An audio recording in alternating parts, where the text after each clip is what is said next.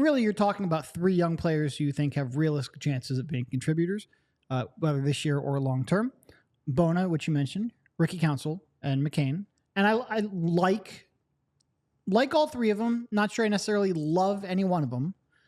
But if you're asking me whether or not there's a high chance of any one of them contributing early on, the answer is probably not. And that's for a couple of reasons. First of all, for Bona and McCain, they have fit concerns where their physical profile and or skill set makes it tough for them to fit with the team's two tentpole stars. So when you're talking about Bona, like it's tough to put him alongside Joel Embiid. That's going to limit his opportunity. He's also got Andre Drummond in front of him. So that right there limits his chances. And with McCain, it's just tough to pair him next to Tyrese Maxey, especially in the short term as a 6'2" guard. His offense to justify the defensive concerns would have to be incredible.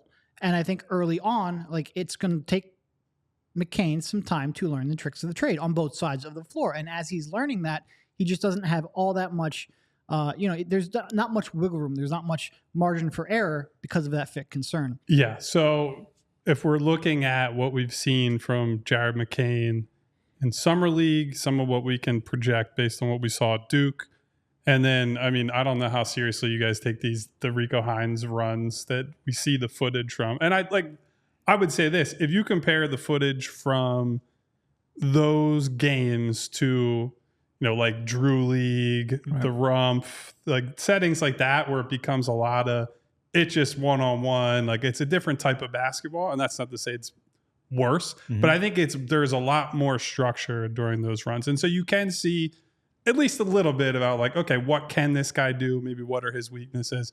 Knowing that we're only seeing a small portion of what's happening inside these gyms. I think everything I saw there basically reflects what we saw out in Vegas and in Utah, which is Jared is a confident shooter.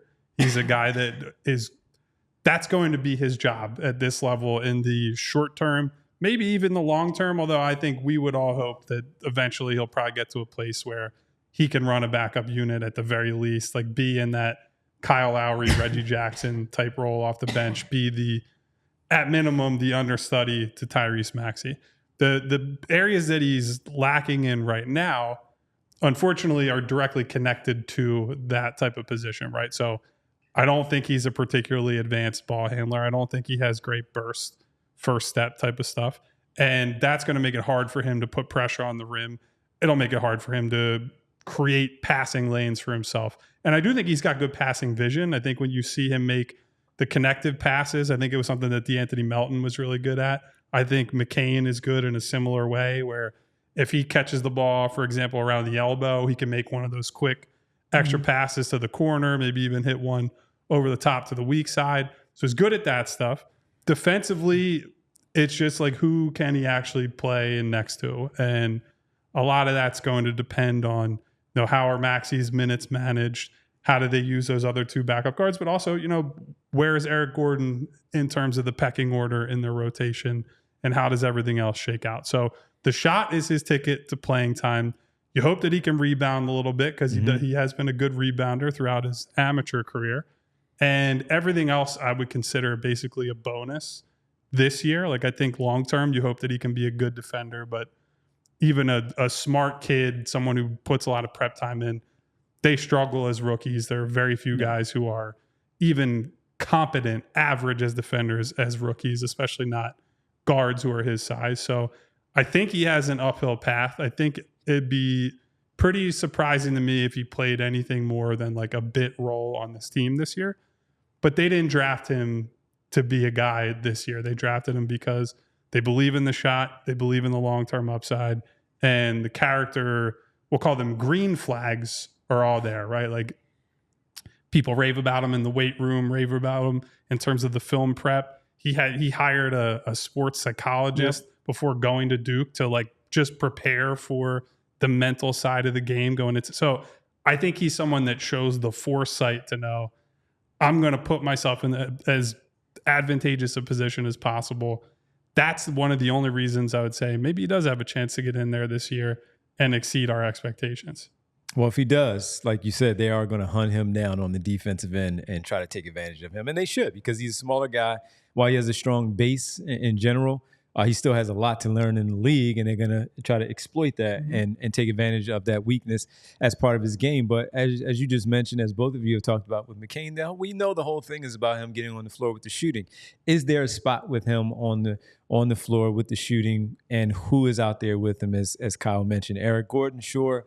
Is he going to get an opportunity to be there with Joel Embiid? He talked about it on the Paul George podcast that we brought up briefly yesterday, Derek, where he said it to Paul George. Yeah, I know I'm going to have to find my spots and make the shots playing off of you and playing off of Embiid and Maxey.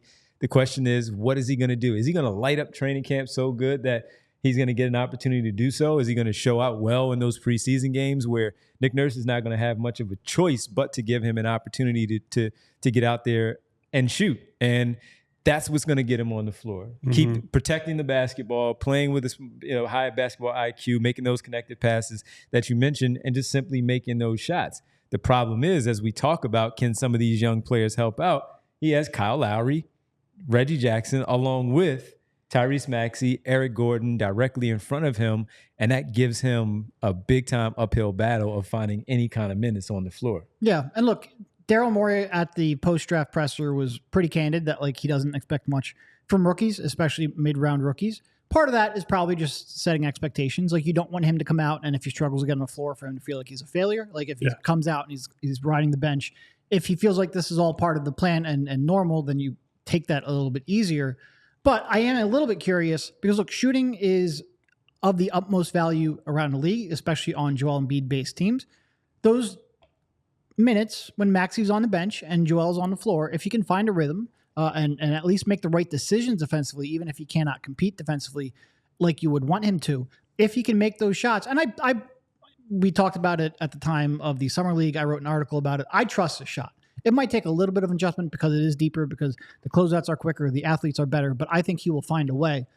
If he finds a way early on in the season, I am curious to see how he would look in those Embiid minutes with Maxey on the bench, because that kind of a quick trigger shot is just so valuable for Joe.